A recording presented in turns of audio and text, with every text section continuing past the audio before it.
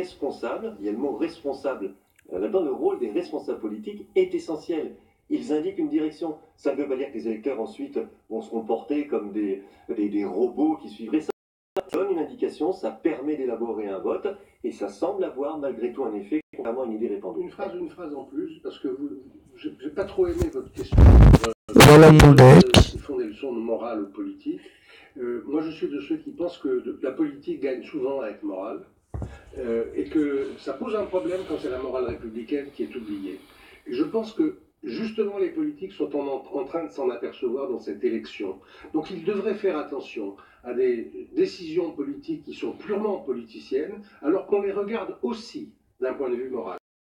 Une droite maladroite, c'est le titre de l'émission. On se retrouve dans quelques instants avec nos invités, nos autres reportages. Vous allez voir que les sarkozystes sont à la manœuvre dans la reprise du parti. Et on se retrouve aussi avec vos questions sur les réseaux sociaux. A tout de suite.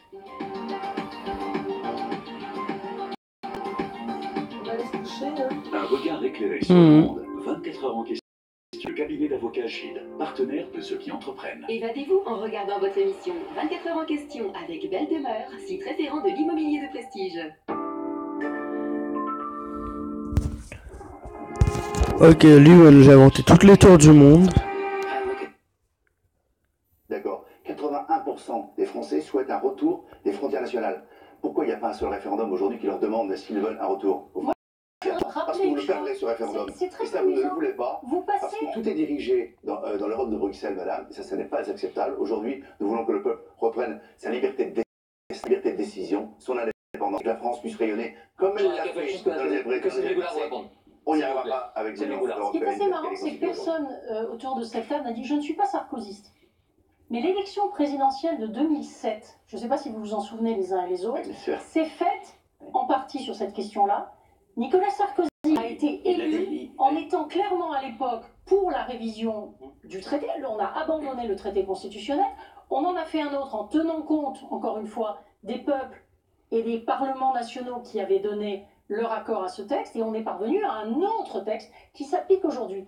Et je crois que sauter par-dessus le fait qu'il y a eu une élection présidentielle en France, dans laquelle à l'époque, Madame Royal était favorable à un référendum, Monsieur Sarkozy a gagné et a eu un mandat populaire. Et non mais vous sautez tout de même au-dessus du référendum. Faites comme la Grande-Bretagne. Nous sommes à la veille d'une élection présidentielle. Faites comme la Grande-Bretagne et demandez-lui, posez-lui la question. Nous sommes à la veille d'une élection présidentielle. Excusez-moi juste un instant, je voudrais que nous avons entendu, excusez-moi c'est Légola, nous avons entendu tout à l'heure Marine Le Pen, je voudrais qu'on entende aussi Emmanuel Macron ce soir, donc à la télévision, invité du 20h de France 2. Emmanuel Macron qui a décidé, contrairement à d'autres politiques qui, notamment le chef de l'État qui critique l'extrême droite pour ce qu'elle est, lui a décidé ce soir, il a expliqué de s'attaquer au projet de Marine Le Pen. Écoutez.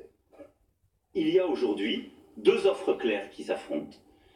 Madame Le Pen d'une part, qui porte un projet de rétrécissement, de fermeture des frontières, de haine de l'autre, de sinistre économique, d'affaiblissement des classes populaires et des classes moyennes et d'autres économies, et je le démontrerai de manière méthodique comme je l'ai toujours fait, et de l'autre, le camp des progressistes, celui que, depuis le 6 avril 2016, j'ai voulu lancer, regroupant d'ailleurs des femmes et des hommes venant d'horizons différents, mais qui portent un même projet, celui de faire réussir la France, avec exigence, de manière à la fois efficace et juste, dans une Europe plus forte. Alors, que vous inspire ce que vous venez d'entendre En fait, M. Macron était quand même extraordinaire, parce que c'est un... Merci de le dire, c'est quand même sympa. Et il est extraordinaire dans son imposture, extraordinaire dans son imposture, parce que tout de même, moi je vais quand même rappeler aux Français que Macron, ministre de l'économie, c'est 380 000 chômeurs de plus en 2 ans.